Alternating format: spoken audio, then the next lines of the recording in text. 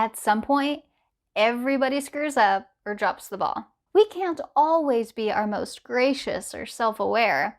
Sometimes we're hangry, hormonal, overwhelmed, or just caught off guard. Even people in happy and healthy relationships argue. The key is to argue well, which includes resolving conflict fast and often.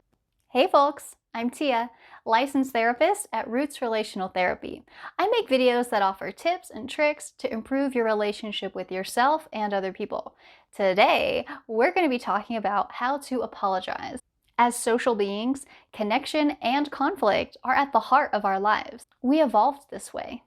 If we were rejected in primitive times, we were kicked out of the tribe. We starved, we froze, and we died alone.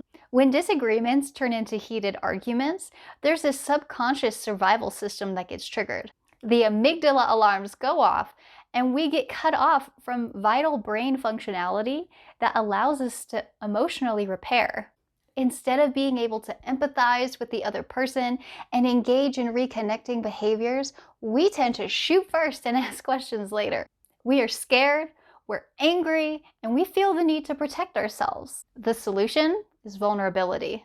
It creates space for repair and reconnection because you're being more genuine and therefore less threatening. In turn, the other person is way more likely to feel safe enough to share their vulnerable emotions with you. In this type of climate, an argument can't escalate. Well, nobody is perfect, and you can't expect me to be perfect. What's the point of apologizing? They should just get over it. Nobody wants to be in a relationship with someone who can't own up to their mistakes. If we expect them to stick around and have a good relationship with us, there needs to be a repair and reconnection. That's where apologies come in. An apology acknowledges the hurt that you've caused somebody, and sometimes more importantly, that you have remorse for it. Your willingness to admit your mistakes or misbehavior gives the other an important opportunity to tell you about their reactions and how they feel. This helps you rebuild trust and gives you an opportunity to reevaluate what's okay and what's not okay in your relationship with them. Choosing not to apologize to them will damage your reputation with other people, limit your opportunities with them, and lower your effectiveness in your relationship. Such a buildup of tension and resentment creates this toxic environment that people are smart to leave. Apologizing takes a ton of humility and courage.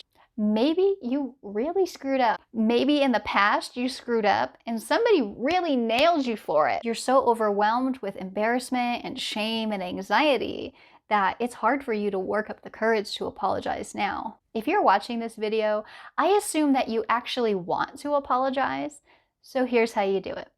First and foremost, make sure you're ready to apologize before you try to do it. Don't rush into it just to get it over with. You're wasting your breath and you're insulting the other person. Think about what happened. Think about how you feel, how the other person might feel, and what the impact is on your relationship. Keep in mind that your first objective is to repair and reconnect with this person, not defend yourself and not make excuses and not tell them how they caused you to do this in the first place, and not explain how the other person is technically at fault too.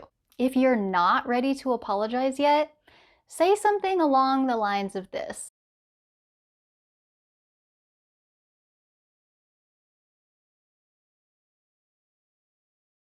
Express remorse quickly and directly by saying, "I'm sorry" or "I apologize."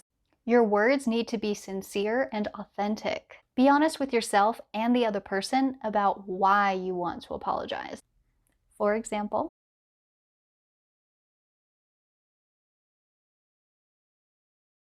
accept responsibility for your actions and acknowledge what you did and take ownership of it.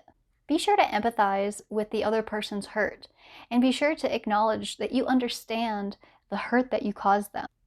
For example,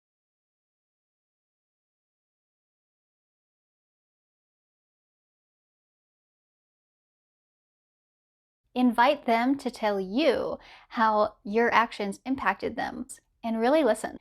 Whether you intended to or not, you caused harm to somebody that you care about. It shows respect to the other person when you're willing to hear them out.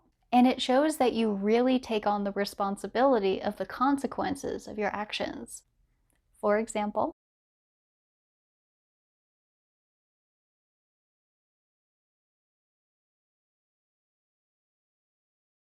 Make amends by offering suggestions to how you can act better in the future. For example,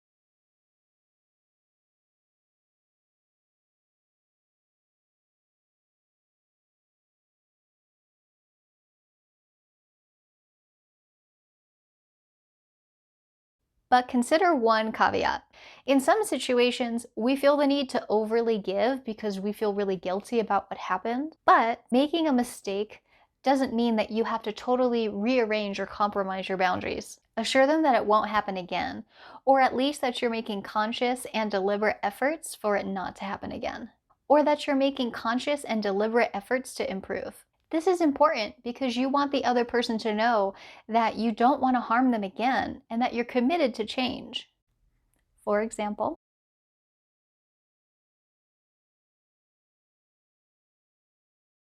here are some other things to consider. Explain yourself, but don't offer excuses. The priority is to apologize. Then you're able to describe the context in such a way that doesn't deflect from your personal responsibility in the way that harm played out.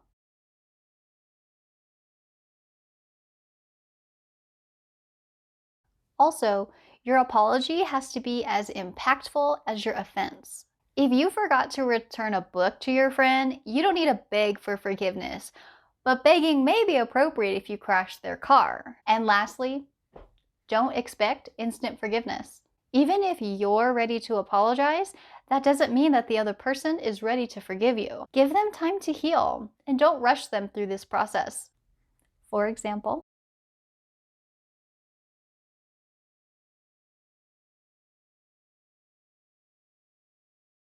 it can be hard to admit when we're wrong, but it can be even harder when we never get the chance to. Maybe the person moved away or passed away or chose to no longer have contact with you. Not being able to directly express our regret and make amends can be an immense burden. In these moments, all we can do is try and learn from this experience and take this wisdom into our future relationships. If you're looking for a place to better manage your emotions, communicate better under stress, and repair some old pains from past relationships, therapy is a great place to start.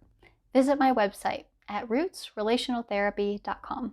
If you found this video helpful, feel free to share it with a friend. Click the like and subscribe button and turn on the notifications so you never miss tips from a therapist.